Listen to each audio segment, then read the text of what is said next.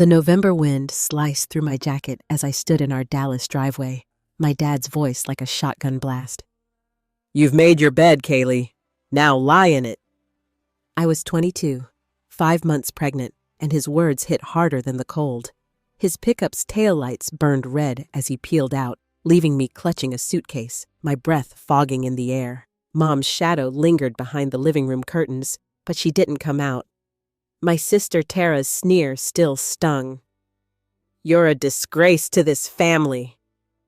In 5 seconds flat, my whole world, manicured lawns, Sunday barbecues, Dad's football trophies, turned to ash.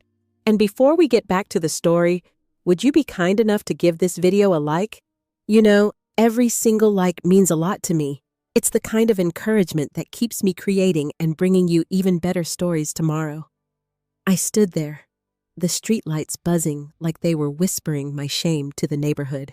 Dad was Coach Thompson, the guy who could hush a room with a glare, his whistle a law in our small suburb. Mom, with her pressed skirts and Sunday school smile, taught kids to pray but couldn't look me in the eye. Tara, 3 years older, always had her life buttoned up. College degree, fiancé, the works. When I told them about the baby, Dad's face went hard as concrete. You're throwing your life away, he said, his voice low, final. Mom fiddled with her wedding ring, silent. Tara crossed her arms and muttered, "What did you expect? You've always been reckless." The air in our living room felt like it was choking me. Every family photo on the mantel a lie. I can still see the kitchen table where we used to play cards, Dad teaching me to bluff when I was 10, his laugh big enough to fill the house. You've got grit, Kaylee, he'd say, ruffling my hair. Now that same man stood by the door, pointing to the street like I was a stray dog. You're not welcome here, he said. Not until you fix this mess. Fix it? I was pregnant, not a broken clock. I wanted to scream, to make Mom say something, anything, but her eyes stayed glued to the floor. So I packed. Jeans, a few shirts, the ultrasound photo I'd hidden in my drawer. Each step up the stairs felt like climbing a mountain, my hands shaking as I zipped the suitcase shut. Outside, the neighborhood was quiet, porch lights glowing like judgmental eyes. I dragged my suitcase down the street, the wheels rattling over cracked pavement. My phone buzzed in my pocket, probably my friend Jess, the only one who knew. I didn't check. I didn't want pity. I wanted to disappear, but the baby kicking inside me wouldn't let me. She was real, a tiny heartbeat saying, "We're in this now." I kept walking, no plan, just a stubborn need to prove them wrong. Prove I wasn't the failure Dad saw. I ended up at a bus stop off Highway 75, the kind with a rusted bench and a flickering light. The cold bit at my knuckles as I sat, my suitcase propped against my leg like a loyal dog. Cars roared past, their headlights slicing through the dark, and I felt smaller than ever. My mind kept replaying Dad's words, Tara's sneer, Mom's silence. Was I really nothing now? Just a girl who'd screwed up? I pressed my hands to my belly, feeling the faint flutter of my daughter, and let the tears come. They burned my cheeks, hot against the December chill. Then I heard footsteps, slow and shuffling. An older woman, gray braids swinging, pushed a cart toward the gas station across the lot. She stopped, squinting at me like I was a puzzle. Without a word, she dug into her bag and pulled out a styrofoam cup of coffee, steam curling from the lid. "Sweetheart," she said, her voice rough but warm. "You're tougher than the toughest storms. Keep going." She pressed the cup into my hands, her fingers calloused but gentle, and walked away before I could say anything. The coffee warmed my palms, and her words lit something in me. A spark, maybe, or a challenge. Could I keep going? Or was this the end of the line? The coffee from that stranger at the bus stop was long gone, but her words stuck to me like burrs on a sweater. I was tougher than the toughest storms. She said so. Now I just had to prove it. I crashed on Jess's couch in her shoebox apartment off Lemon Avenue, the kind of place that smelled like stale pizza and desperation. Her cat, Muffin, kept curling up on my suitcase, like he knew I didn't belong anywhere else. Every night, I'd lie there, one hand on my belly, feeling my baby's faint kicks and think, "This is it, Kaylee. You're all she's got." The fear was a brick in my chest, heavy and unyielding. Could I really do this alone? Jess was a godsend, letting me stay rent-free while I got my feet under me. Her place was a mess. Dishes piled in the sink, laundry spilling out of baskets, but it was a lifeline. I'd wake up to the hum of her coffee maker, her muttering about late shifts at the diner, and I'd force myself to move. I couldn't afford to wallow. My baby, my daughter, wasn't even born yet, and already I owed her more than self-pity. So I hit the pavement, scouring job listings on a library computer that wheezed like it was on its last leg. I landed a gig at a big box store, the kind with fluorescent lights that made everyone look half dead. Customer service, $10 an hour, no benefits. It wasn't glamorous, but it was a start. My first shift was a gauntlet. I stood behind a counter, 6 months pregnant, smiling through gritted teeth as a guy in a trucker hat yelled about a busted blender. "This is your fault," he snapped, jabbing a finger at me. My feet throbbed in cheap sneakers, my back ached from standing, but I nodded, refunded him, and moved on. Every complaint, every return, felt like a test I couldn't fail. By the end of the day, my ankles were swollen, and I limped to the break room, collapsing onto a plastic chair. A coworker, Dolores, tossed me a granola bar from her purse. "Eat," she said, her voice like gravel. "You're growing a human, not just a bad day." I took it, too tired to argue, and felt a flicker of gratitude. I saved every penny from those shifts, scraping together enough for a deposit on a one-bedroom apartment near the highway. It was a dump, walls thin as paper, a faucet that dripped like it was mocking me, and a carpet that smelled like someone else's mistakes. But it was mine. I moved in with Jess's help, hauling my suitcase and a thrift store lamp up 3 flights of stairs. That first night, I sat on the floor, no furniture yet, eating a peanut butter sandwich.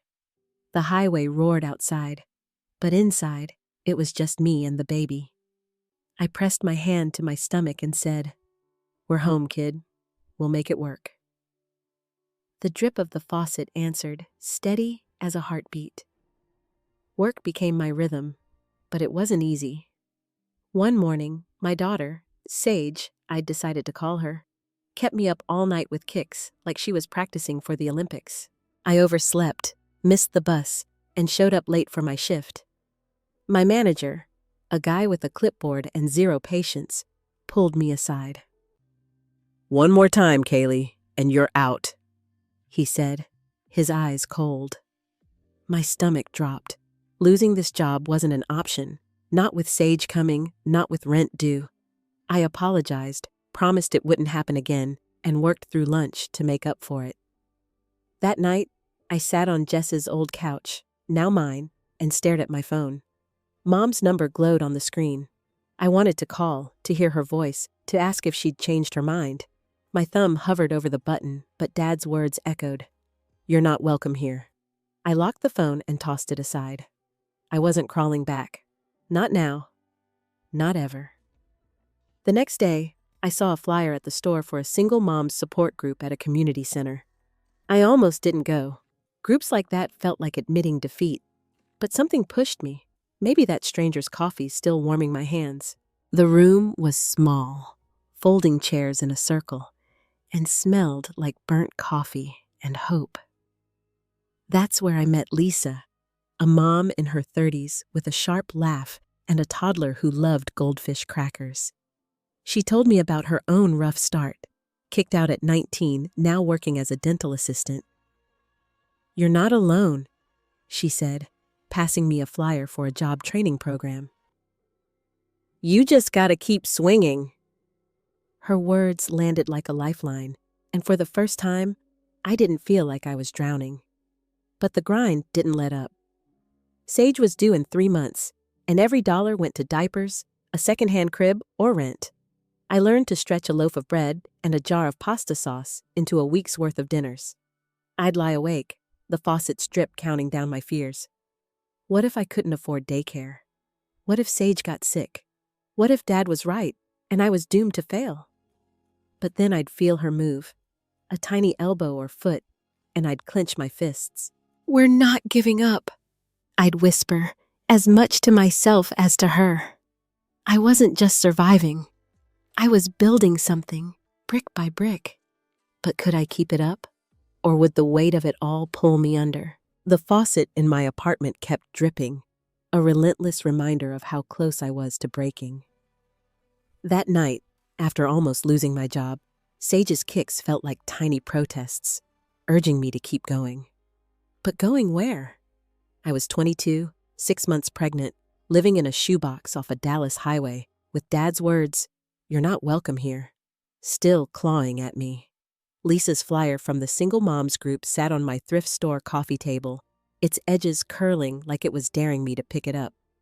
I didn't know if I had it in me to try something new, but I couldn't shake her words. Keep swinging. It was a freezing December evening when I hit rock bottom. I'd just finished a closing shift at the store, my feet screaming in sneakers that were one shift away from falling apart.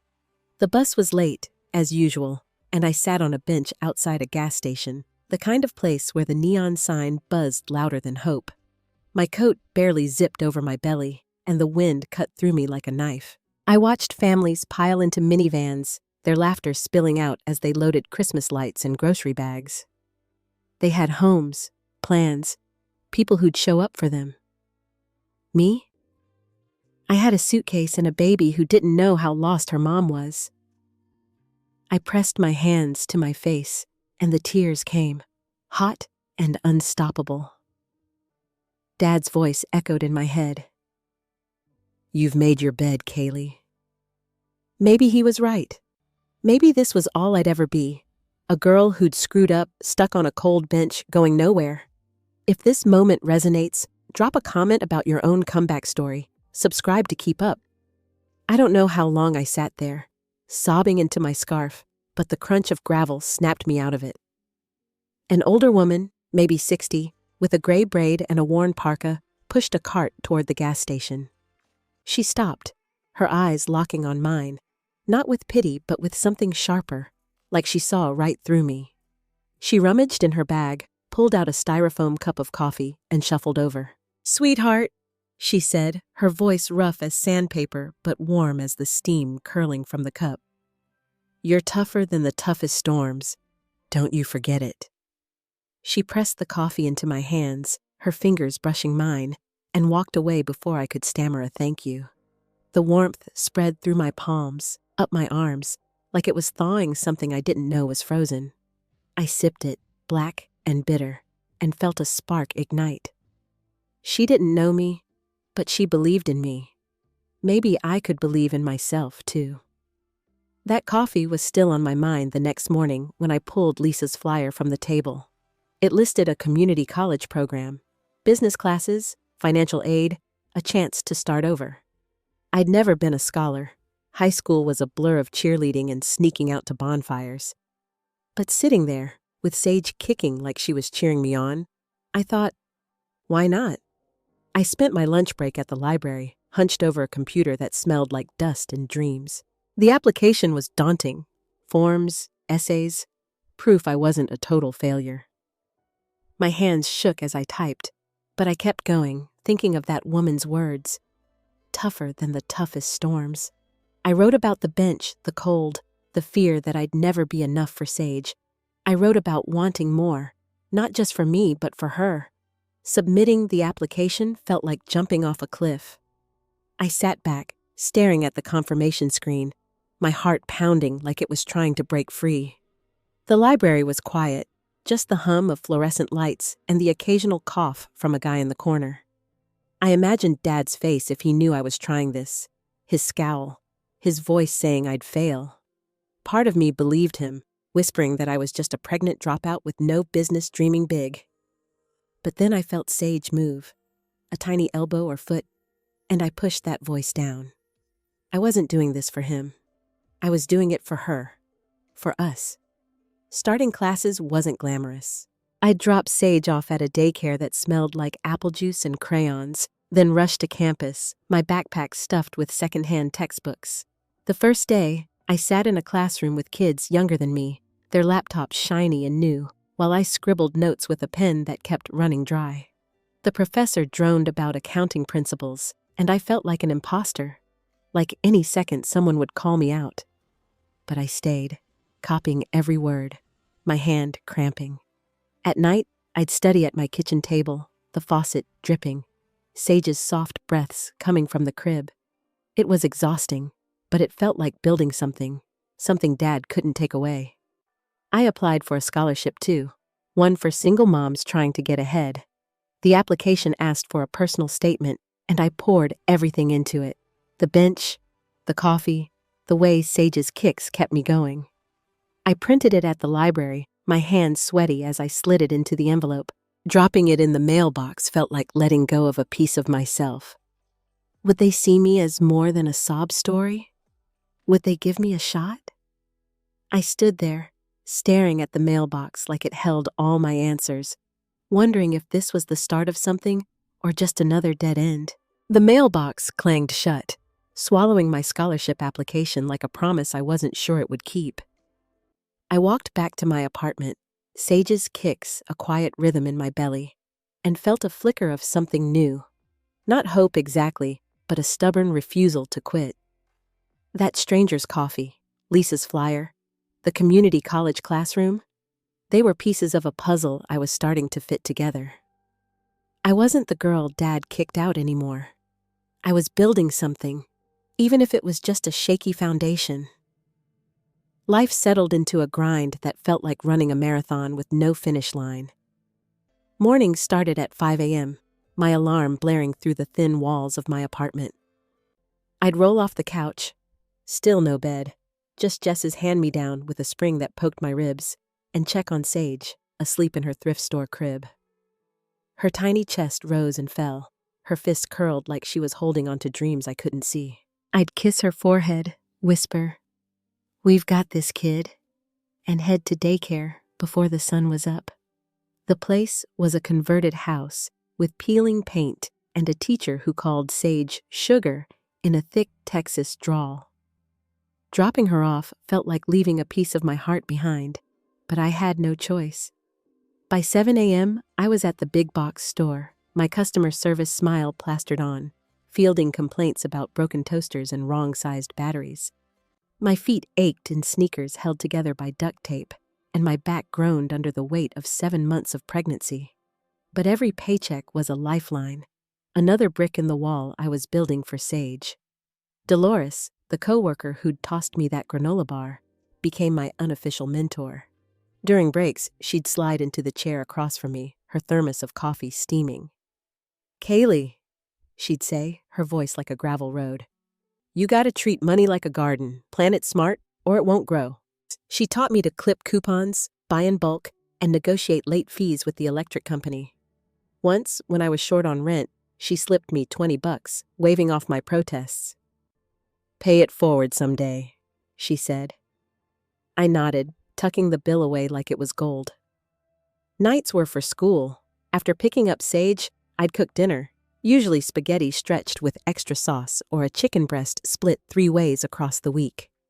I'd learned to make a $5 rotisserie chicken last, sandwiches, soup, even a sad little stir-fry.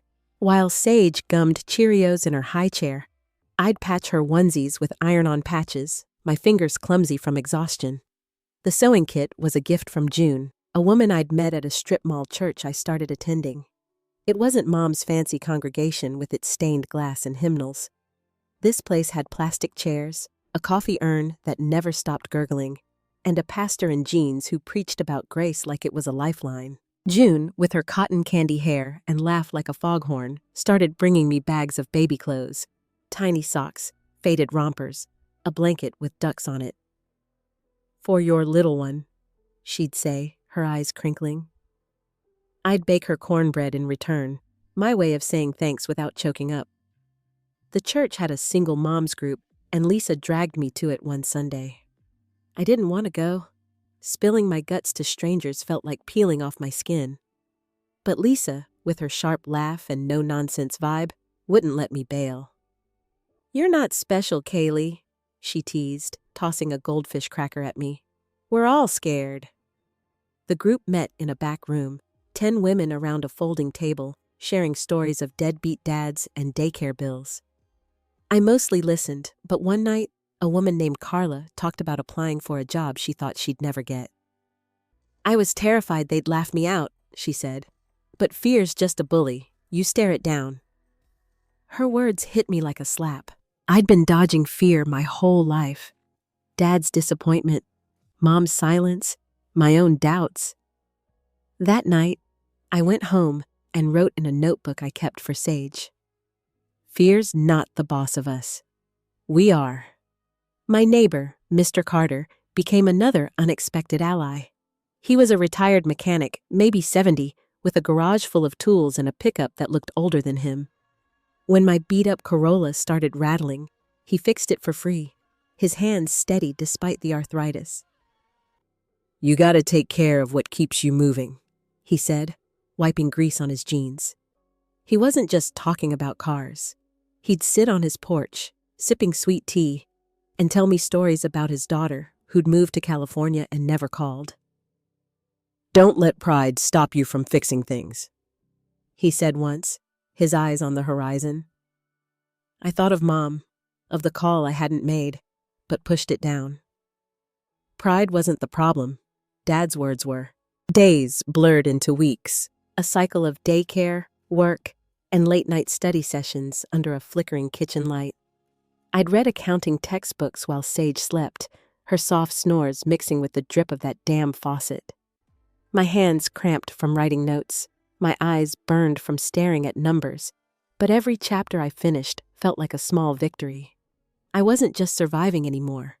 I was carving out a life, one stubborn step at a time. Sage was my anchor, her gummy smiles and tiny hands pulling me through. But the weight of it all, bills, classes, the fear of failing her, sat heavy on my chest. Could I keep this up? Or was I just one bad day from falling apart? The weight of my new life pressed down like a storm cloud. But Sage's gummy smiles kept me moving. I was juggling daycare, work, and night classes, each day a tightrope walk over a pit of what-ifs. Mr. Carter's words about fixing things echoed in my head, but so did Dad's. "You're not welcome here." I pushed through, telling myself I was building something for Sage, but the cracks were starting to show.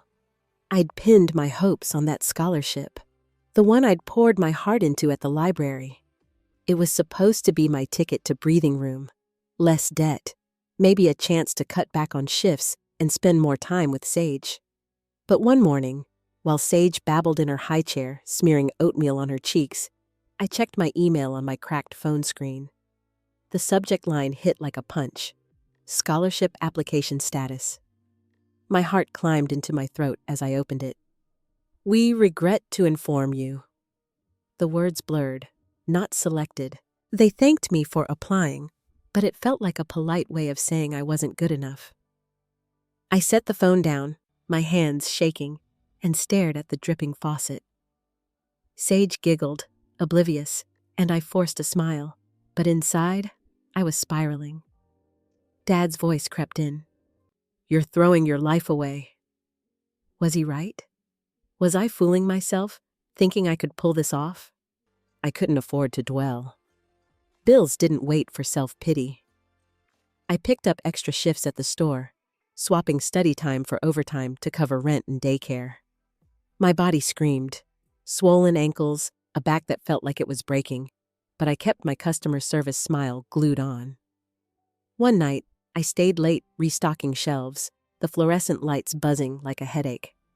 My manager, clipboard in hand, nodded approval, but all I could think about was Sage. Her daycare had a Christmas recital, her first one, and I'd promised to be there.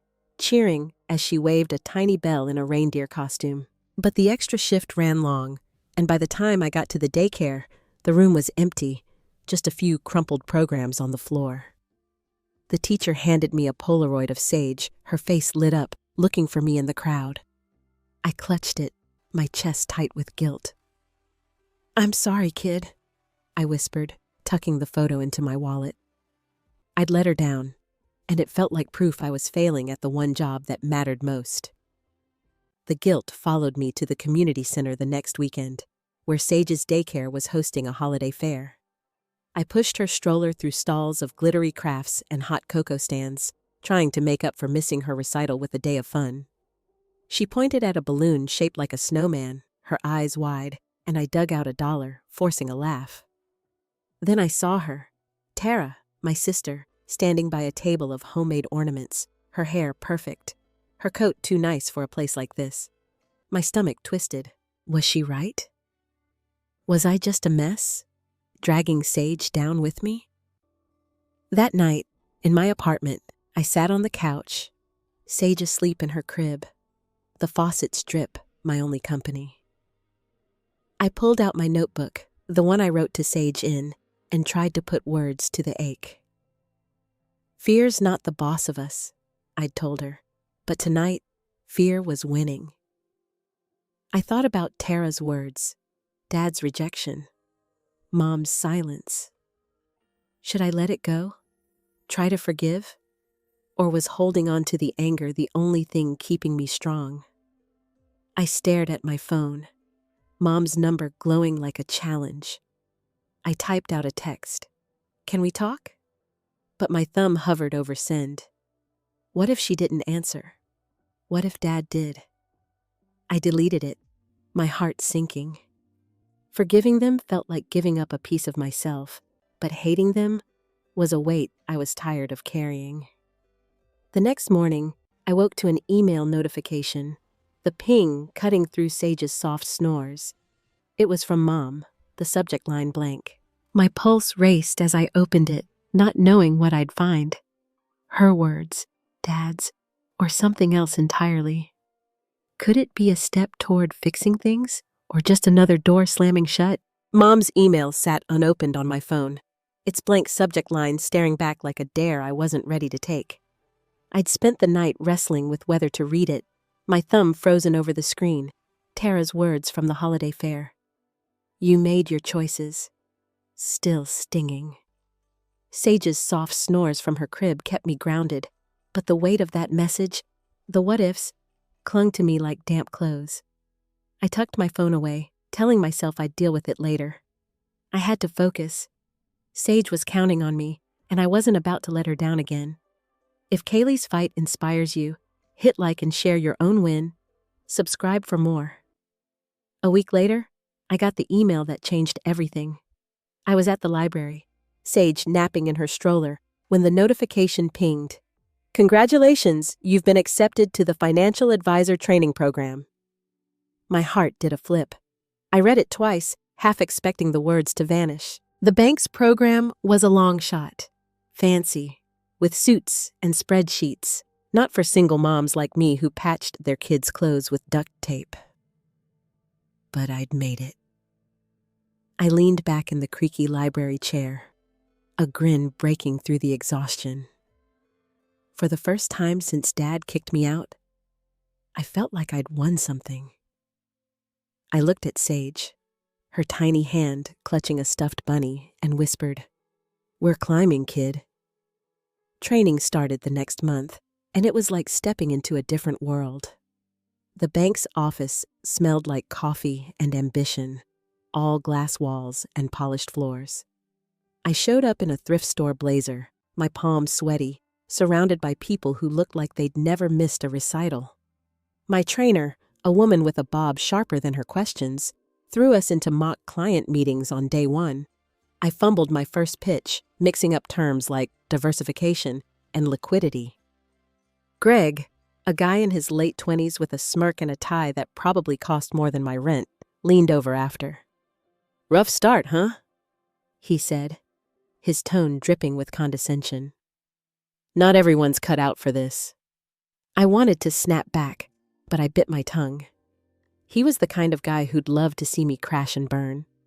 I wasn't giving him the satisfaction. The learning curve was brutal.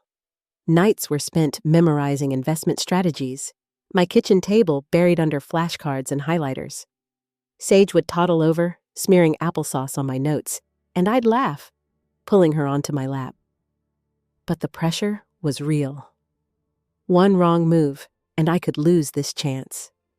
A month in, I was assigned my first real client, a retired mechanic named Mr. Ruiz, who wanted to save for his grandkids' college.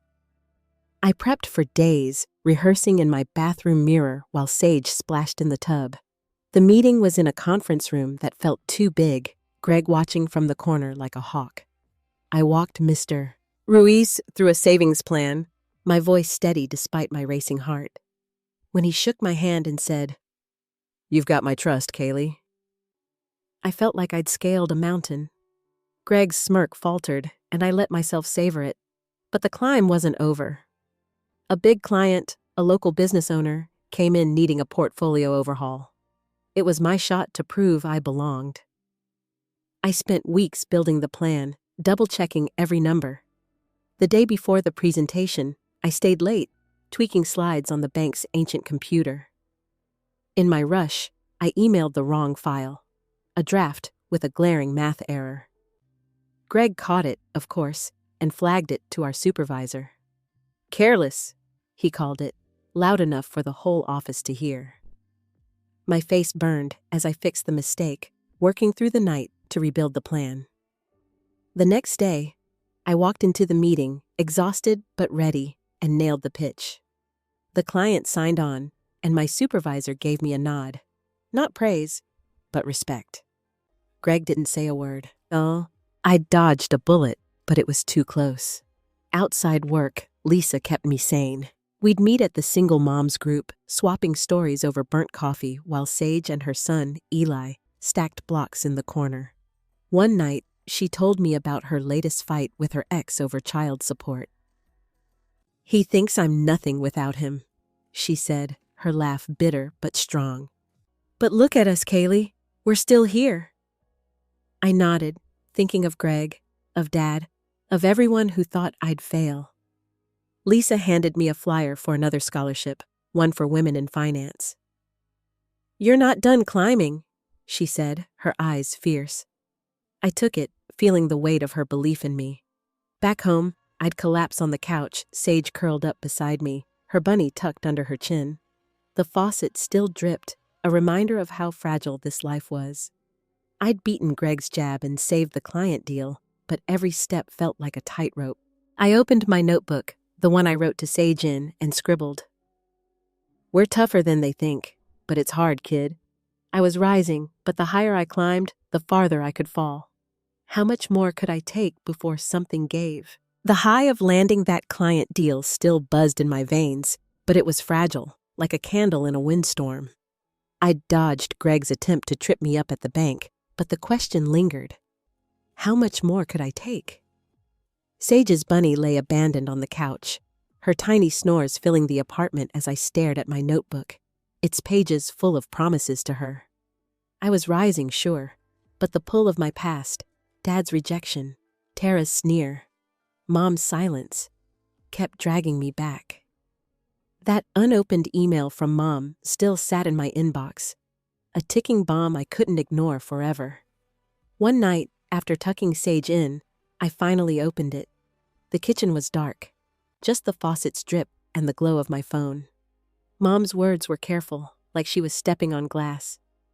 "I'm sorry, Kaylee. I should have stood up for you. I miss you and Sage." My throat tightened. I read it again, searching for a catch, but it felt real. I hit reply, then stopped, my fingers frozen. What if Dad was behind this, ready to slam another door? I set the phone down, but sleep didn't come. The next morning, with Sage at daycare, I called her. My heart pounded as the line rang. Mom answered, her voice soft, like it might break. "Kaylee?" she said, and I could hear her holding her breath. I started to speak, but then Dad's voice cut through, sharp as ever. She's not ready for this. he said, and the call ended with a click that echoed like a gunshot. I sat there, staring at the phone, rage and hurt twisting inside me. Mom wanted to reach out, but Dad was still a wall between us. A few days later, I was at the strip mall church, dropping off a pan of cornbread for June. She handed me a bag of toys, plastic blocks, a stuffed elephant, and said, "These came for Sage." I frowned, confused. "From who?" June's eyes twinkled. "Your mom. She's been sending things through me for months. Didn't want to push you." My chest ached, a mix of warmth and frustration. Mom was trying, in her quiet way. But why couldn't she fight harder? I hugged the elephant to my chest, imagining Sage's face when she saw it. It wasn't forgiveness, not yet, but it was a crack in the armor I'd built. That crack grew when I thought about Sage's 4th birthday. She was turning into this bright, curious kid, always asking questions like, "Why do stars twinkle?" I wanted her to have more than me, more than this leaky apartment and a mom who was always tired. I wanted her to have family, even if it scared me to try. Sitting at my kitchen table, I typed an email to Mom and Tara, my hands shaky. "Sage's birthday is July 15th, 2 p.m. at our place. Come if you want. Bring a side dish." I hesitated, thinking of Dad's voice on the phone, Tara's jab at the fair. Should I let them back in? Could I handle it if they hurt us again? I hit send before I could overthink it, my heart racing like I'd just jumped off a cliff. Planning Sage's party became my obsession. I saved up for a bounce house, bought streamers at the dollar store, and baked cupcakes that sank in the middle because I was too distracted. Sage helped, her tiny fingers smearing frosting, her giggles filling the apartment. "Is Grandma coming?" she asked, her eyes big. I froze, not knowing how to answer. "Maybe, sugar," I said, ruffling her hair. But doubt gnawed at me. What if they didn't show? What if Dad showed up just to judge me? I cleaned the apartment until my hands were raw, rearranged the furniture twice, anything to keep the fear at bay. Lisa came over to help, bringing balloons and a pep talk. "You're opening a door," she said, tying a ribbon. "That takes guts." I nodded, but my stomach churned. I'd invited them, but would they walk through? Or would I be left standing alone, waiting for a family that didn't want us? The email to Mom and Tara felt like a grenade I'd tossed into the unknown, and now, standing in my tiny apartment, I was waiting for it to go off. Sage's 4th birthday was hours away, and I was a wreck. Checking the bounce house for leaks, re-icing lopsided cupcakes, my hands jittery with what-ifs. Sage's question, "Is Grandma coming?" looped in my head, and I didn't have an answer. I'd opened the door, like Lisa said, but would they walk through? Or would I be left staring at an empty driveway, just like that night Dad kicked me out? By noon, the backyard was ready. Streamers taped to the fence, a playlist of kids' songs blaring from a borrowed speaker. Sage bounced around in a glittery tutu, clutching her stuffed elephant from Mom, oblivious to the storm in my chest.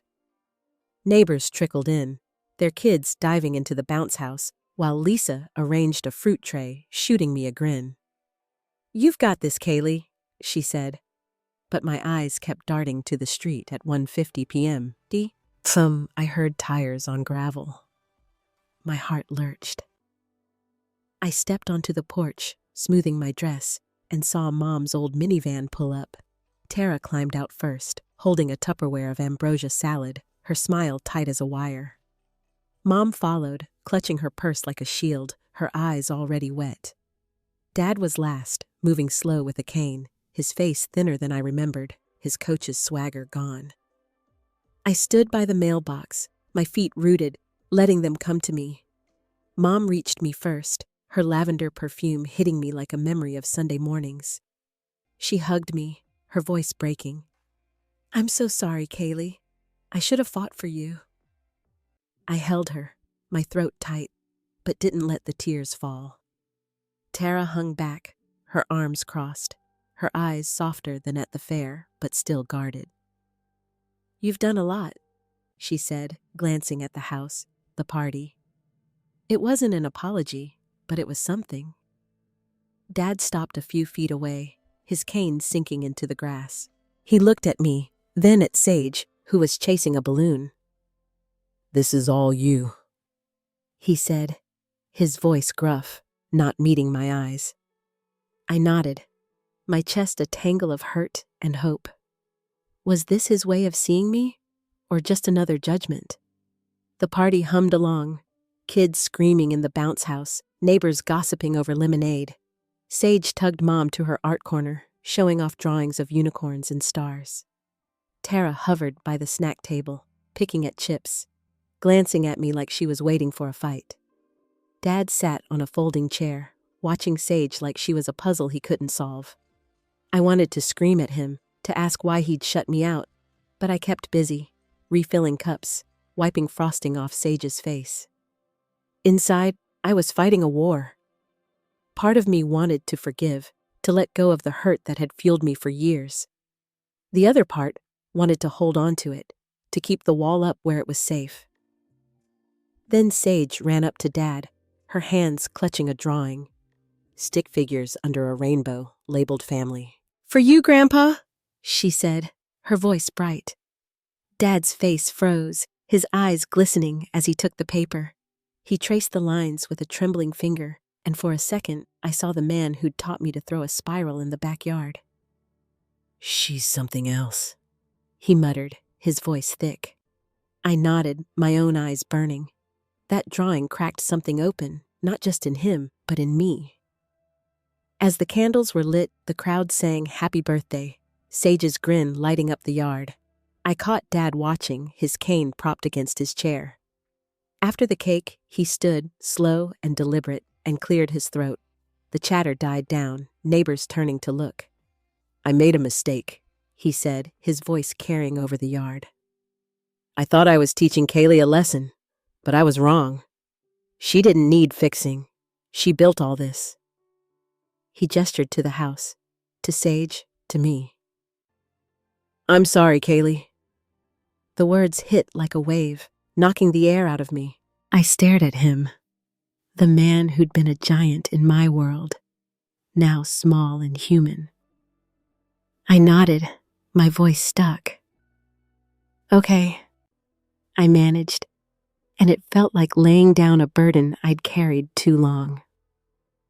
Later, as kids ran through the sprinklers, Mom pulled me aside. "He's been asking about you," she said, her voice low. "Through June, for years. He didn't know how to say it." My breath caught. Dad had been watching from a distance, too proud or too scared to reach out. It didn't erase the pain, but it shifted something, like a lens coming into focus.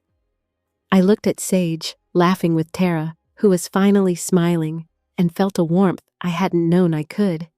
They were here, messy and flawed, but here. For the first time, I believed we might find our way back to each other. But how would we keep this fragile peace, or was it just a moment before the next storm? Sage's 4th birthday left my backyard glowing with string lights, and a fragile hope I hadn't dared to feel before. Dad's apology, public and raw, echoed in my head, and Mom's quiet confession about him checking on me through June shifted the ground beneath me. Tara's smile, tentative but real, lingered as she played with Sage. They were here, my family, messy and human, and for the first time, I saw a path forward. But as the last guests left and Sage fell asleep clutching her new stuffed elephant, I stood in my kitchen, the faucet dripping, wondering if this peace was real or just a fleeting moment before the next storm. The weeks after the party felt like testing a new bridge, shaky but holding. Mom started calling every Sunday, her voice soft over the line as she talked about her garden or a new recipe for peach cobbler. I'd cradle the phone, Sage coloring at the table, and tell her about my job, leaving out the hard parts. "Sage drew a unicorn today," I'd say, and Mom would laugh, a sound I hadn't realized I'd missed. Tara's texts came slower, cautious, like she was learning to be my sister again. "Saw a dress Sage might like," she'd write, attaching a blurry photo from a store. I'd reply with a picture of Sage in pigtails, testing the waters. Dad didn't call, but Mom said he asked about us, his questions quiet, like he was afraid to break something. I wasn't ready to talk to him, not yet, but I kept Sage's rainbow drawing on my fridge, a reminder of his softened eyes. Work was my anchor, but it wasn't easy. I'd been at the bank's financial advisor program for months, and the pressure was mounting. Greg, the smirking coworker who'd nearly sunk me with that botched presentation, was still a thorn in my side. When I got tapped for a senior advisor role, he cornered me in the break room. "You sure you're ready for this?" he said, stirring his coffee with a smug grin. "Big responsibility for someone stretched thin." The jab stung, but I squared my shoulders. "I've handled worse," I shot back, thinking of Sage, of Dad's rejection, of nights with no sleep. I spent weeks prepping for a new client, a restaurant owner with a complex portfolio. Greg hovered, waiting for me to slip. I double-checked every number, stayed late, my eyes burning from the computer screen. When the client signed, my supervisor clapped me on the shoulder. "You've earned this, Kaylee." Greg's silence was louder than any applause. To celebrate, I organized a fundraiser for the single moms group at the community center. I wanted to give back, to help women like me who were fighting their own battles. I rented a tent, set up tables with budget worksheets, and invited local businesses to donate. Lisa helped, her laugh cutting through the chaos as we hauled chairs. I sent an email to Mom and Tara, hesitating before adding Dad's name. "Fundraiser this Saturday. Would mean a lot if you came." I didn't expect them to show, but I hoped. The day of, I was a mess, running between tables, explaining savings plans to moms who looked as tired as I'd felt on that gas station bench. Then I saw them, Mom in a floral dress, Tara with a tray of cookies, Dad leaning on his cane. They stayed, handing out flyers, Dad even talking to a mom about budgeting for car repairs. Sage ran to them, her ponytail bouncing, and I felt a knot loosen in my chest. Dolores showed up too, her thermos in hand, and pulled me aside. "Look at you, kid," she said, her gravelly voice warm. "From that store counter to this, you're a force." I laughed, blinking back tears, and hugged her. Later, I helped a young mom, Maria, set up a savings plan for her son's daycare. Her eyes lit up when I showed her how to stretch her grocery budget, and I saw myself in her. Scared, but stubborn. "You've got this," I told her, echoing the words that had carried me through. That night, alone in my apartment, I sat with my notebook, Sage's snores soft in the background. I wrote to her, "Forgiving them doesn't erase the hurt, but it's like opening a window. It lets light in." I thought of Dad's apology, Mom's calls, Tara's texts. Forgiving wasn't about them. It was about making space for Sage to have a family, for me to let go of the anger I'd carried like a second skin. I was building a life, not just for us, but for everyone we could lift up along the way. But could we keep this new bond strong? Or was it too fragile to last? The fundraiser had left me buzzing, not just from the success of helping moms like Maria, but from seeing my family there. Mom handing out flyers, Tara with her cookies, Dad talking budgets with a stranger. It wasn't perfect, but it was a start, a fragile thread tying us back together. Sitting in my apartment that night, writing to Sage about forgiveness opening windows, I felt lighter. But the question lingered. Could this bond hold, or was it too delicate to last? Life was moving fast, and I was about to take a leap I never saw coming. Marcus came into our lives like a quiet sunrise, steady and warm. He was a high school history teacher, met through Lisa at a community center barbecue. I'd been wary. Dating as a single mom felt like juggling knives. But Marcus didn't flinch at my baggage. He'd show up with a pizza and a board game, letting Sage climb all over him while she babbled about dinosaurs. "She's got your fire," he'd say, ruffling her hair, his brown eyes crinkling. He loved Sage like she was his own, reading her bedtime stories with voices that made her giggle until she fell asleep. One night, under the glow of my porch light, he took my hand and said, "I'm in this, Kaylee, for both of you." My heart stuttered, but I believed him. When he proposed 6 months later, kneeling in our tiny backyard with Sage cheering, I said yes, tears mixing with laughter. Planning the wedding was simple. We weren't fancy. We wanted it in our backyard, string lights and folding chairs. A barbecue instead of a caterer. Sage helped pick the colors, insisting on sparkle pink for the tablecloths. Marcus and I sat at my kitchen table, the faucet still dripping, budgeting for burgers and a used wedding dress I'd found online. "It's perfect," he said, kissing my forehead, but I caught myself wondering if it was too good to be true. I'd built this life from nothing, but letting someone in, really in, felt like handing over a piece of my armor. Sage adored Marcus, calling him Marcus with a grin, but I lay awake some nights, the old fears creeping in. What if I messed this up too? The hardest part was inviting my family. Mom's weekly calls had become a comfort, her stories about her garden a soft bridge between us.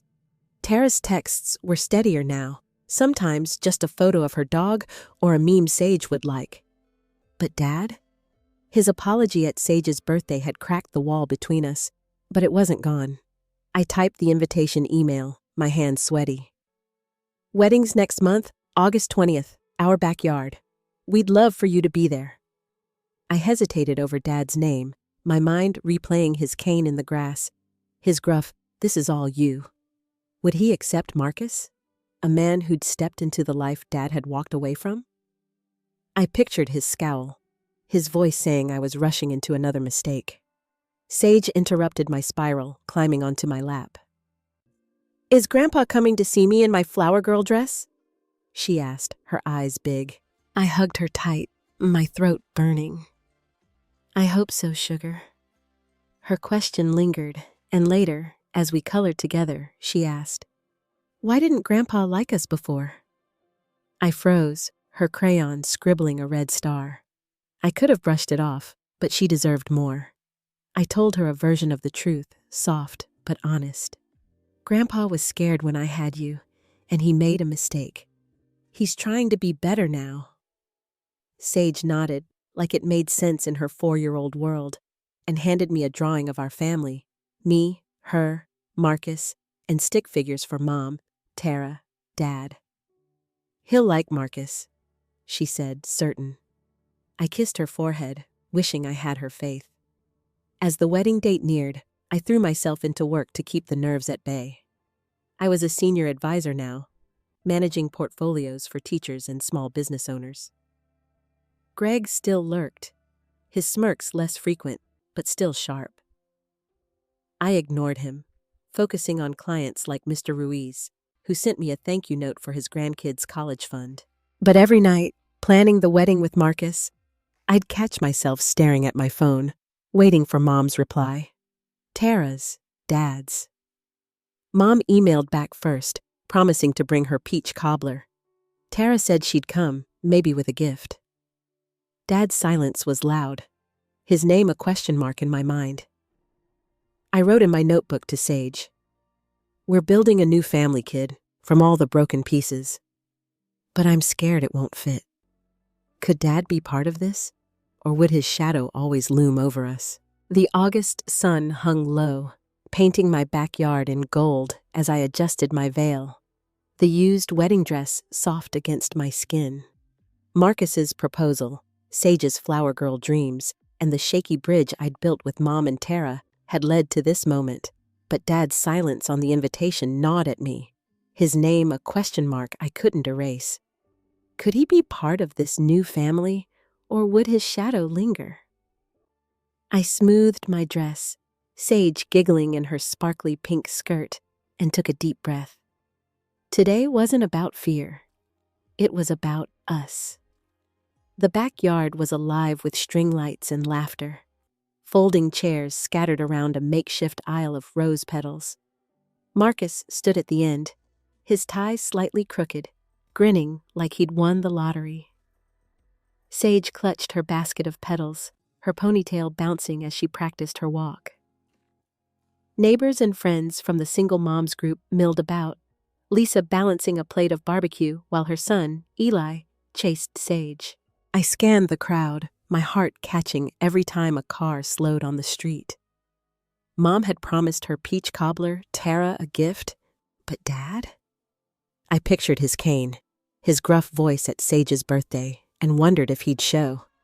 As the guitar player strummed a soft chord, Sage grabbed my hand. "Ready, Mommy?" she whispered, her eyes bright. I nodded, my throat tight, and we started down the aisle, her small hand steady in mine. The crowd hushed, faces blurring into smiles, but I felt the weight of eyes on me. The girl who'd been kicked out, now walking toward a new life. Marcus's gaze held me, warm and sure, and for a moment, I forgot to be scared. Then I saw them, Mom, Tara, and Dad, standing at the back. Mom's floral dress caught the light, Tara's arms crossed but her face soft. Dad leaned on his cane, his eyes fixed on Sage, not me. My heart stuttered, but I kept walking, Sage tossing petals like tiny blessings. After the vows, with Marcus's ring heavy on my finger, we mingled under the lights. Mom found me first, pulling me into a hug that smelled of lavender and home. "I kept something," she said, her voice low, slipping a folded piece of paper into my hand. I opened it, a crayon drawing I'd made at 7, a house with a rainbow, labeled Mommy and Me. "I never stopped hoping," she whispered, her eyes wet. The drawing hit like a wave, proof she'd held on to me even when I thought she hadn't. I hugged her back, tears slipping free, and felt a piece of my heart settle. Tara approached next, holding a small gift bag. "For Sage," she said, her voice hesitant. Inside was a charm bracelet, a tiny star dangling from it. "I was jealous," she admitted, looking away. "You kept going, and I didn't know how to handle that."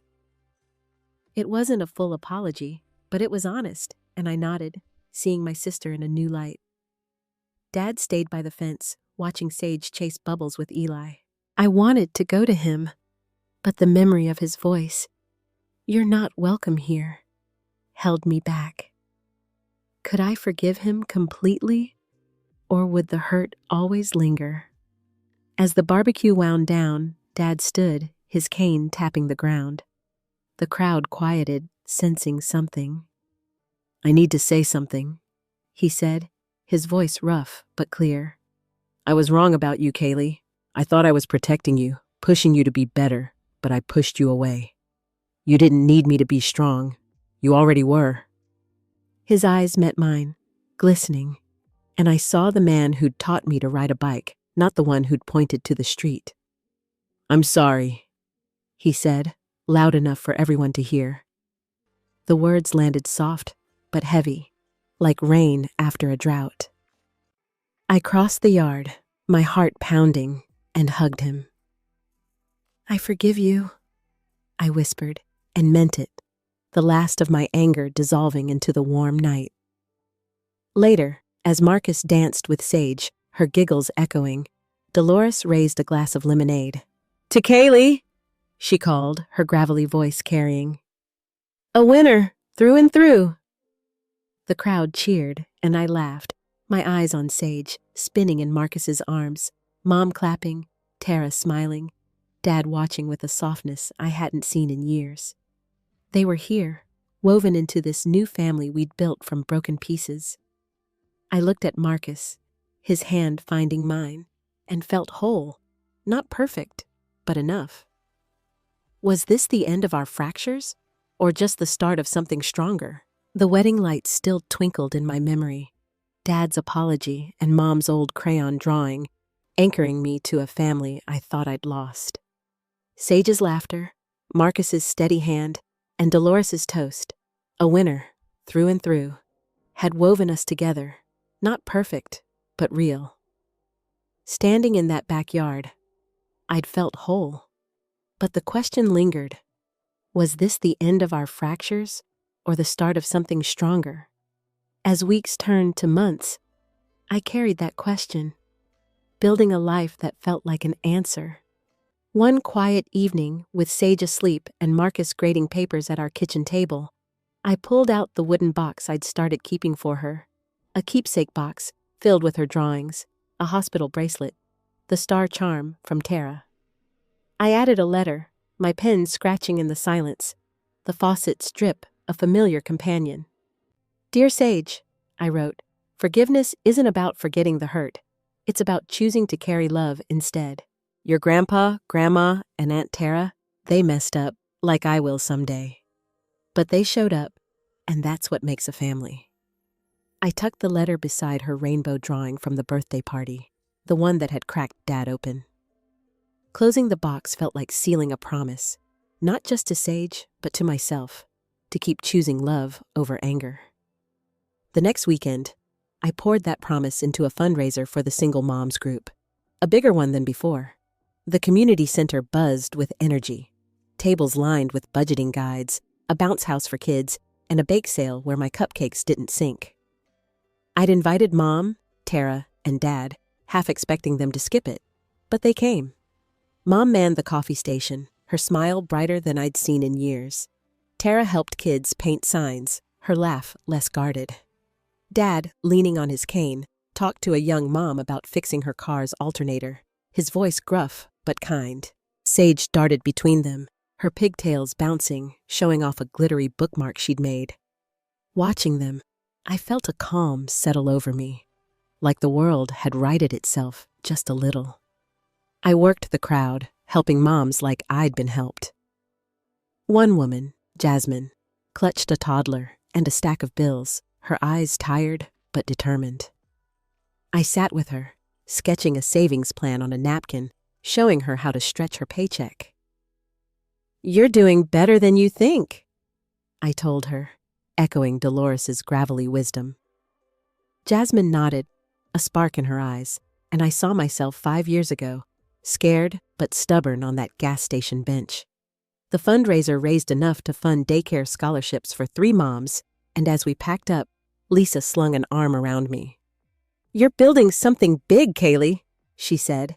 I grinned, thinking of the stranger's coffee, June's toys, Mr. Carter's tools, all the hands that had lifted me up. Later, alone in my apartment, I sat with my notebook, the keepsake box open beside me. I traced Sage's drawing, my mind wandering back to that freezing night at the bus stop, the coffee warming my hands, the stranger's words. You're tougher than the toughest storms. I'd been so afraid then, of failing Sage, of proving Dad right. But here I was, married to Marcus, a senior advisor at the bank, with a family piecing itself back together. Forgiveness hadn't erased the pain, it had made room for peace. It was a gift, not just for them, but for me, letting me breathe without the weight of old hurts. I wrote to Sage, "We're stronger for it, kid. You'll see." I looked out at the life we'd built, from a leaky apartment to a home filled with laughter, and felt a quiet pride. If my story means something to you, hit like, drop your thoughts below. Share this with a friend, and subscribe for the next episode. Reach out to someone you've been missing. Pick up the phone, send that text. You never know what bridge you might build.